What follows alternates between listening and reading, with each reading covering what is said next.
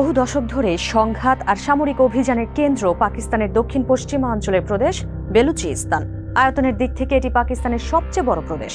দেশটির মোট ভূখণ্ডের প্রায় ৪৪% জুড়ে বেলুচিস্তানের বিস্তৃতি, কিন্তু জনসংখ্যা মাত্র ১.৫ কোটি, যা পাকিস্তানের মোট জনসংখ্যার তুলনায় অনেক কম। তামা, সোনা, কয়লা, গ্যাস সহ নানা প্রাকৃতিক সম্পদের ঠাসা এই প্রদেশটি কৌশলগতভাবে বেশ গুরুত্বপূর্ণ। তবে সম্পদে ভরপুর হলেও এর বড় অংশ থেকেই বঞ্চিত স্থানীয় বেলুচ জনগণ। বেলুচ জাতীয়তাবাদী সংগঠনগুলোর দাবি, বেলুচিস্তানের এসব সম্পদের বেশিরভাগই ভোগ করে ইসলামাবাদ। ন্যায্য অংশীদারত্ব পায় না বেলুচরা। এছাড়াও প্রদেশটিতে জোরপূর্বক গুম, বিচার বহির্ভূত হত্যাকাণ্ড এবং সামরিক দমন পীড়নের অভিযোগও বহু পুরনো। এসব কারণেই জোরালো হয়েছে স্বাধীন বেলুচিস্তানের দাবি।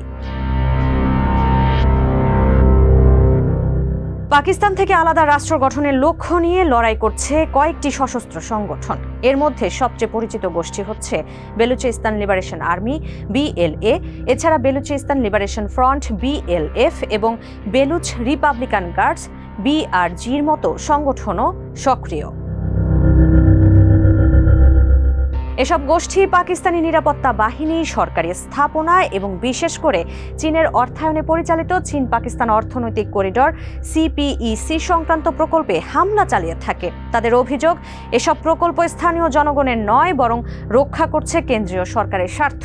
অন্যদিকে পাকিস্তান সরকার বলছে, এসব সংগঠন দেশের সার্বভৌমত্বের বিরুদ্ধে সশস্ত্র বিদ্রোহ চালাচ্ছে এবং বিদেশি শক্তির সহায়তায় পরিচালিত। সরকার তাদের বিরুদ্ধে নিয়মিত সামরিক অভিযান পরিচালনা করছে। পাকিস্তানের বেলুচিস্তান প্রদেশ সম্প্রতি স্বাধীনতা ঘোষণা করেছে, এমন একটি বিবৃতি ছড়িয়ে পড়েছে সামাজিক মাধ্যমে। বেলুচিস্তান প্রজাতন্ত্র নামে প্রকাশ করা এই ভাইরাল বিবৃতিতে দাবি করা হয়েছে, পাকিস্তানের দক্ষিণ পশ্চিমাঞ্চলীয় এই প্রদেশটি ঘোষণা করেছে স্বাধীনতা। এতে আরও দাবি করা হয়েছে, একটি জাতীয় পতাকা, জাতীয় সঙ্গীত, নতুন মুদ্রা ও স্বাধীন প্রশাসনিক পদ্ধতি চালু করেছে বেলুচিস্তান। অঞ্চলটির খনিজ সম্পদের গ্যাস ক্ষেত্রগুলো ও কয়লা খনিগুলোর পূর্ণ নিয়ন্ত্রণ গ্রহণ করেছে নতুন প্রশাসন। তবে কারা এই স্বাধীনতা ঘোষণা করেছে এ ব্যাপারে স্পষ্ট কিছু জানা যায়নি। সেই সঙ্গে এসব দাবির প্রক্রিয়ায় পাকিস্তান সরকারের কোনো বিবৃতি পাওয়া যায়নি। এছাড়া আন্তর্জাতিকভাবেও কেউ স্বীকৃতি দেয়নি এই স্বাধীনতাকে। সম্প্রতি বেলুচিস্তানে অপারেশন শাবান নামে একটি বড় নিরাপত্তা অভিযান শুরু করেছে পাকিস্তান সেনাবাহিনী। সেই অভিযান এখনও চলছে। সরকারের ভাষ্য, এর লক্ষ্য হলো BLA এবং অন্যান্য সশস্ত্র গোষ্ঠীর ঘাঁটি ধ্বংস করা, অস্ত্র উদ্ধার করা এবং সন্ত্রাসী হামলা প্রতিরোধ করা। নিরাপত্তা বাহিনীর দাবি, এ নিয়ে অভিযানে নিহতের সংখ্যা বেড়ে 91 জনে পৌঁছেছে।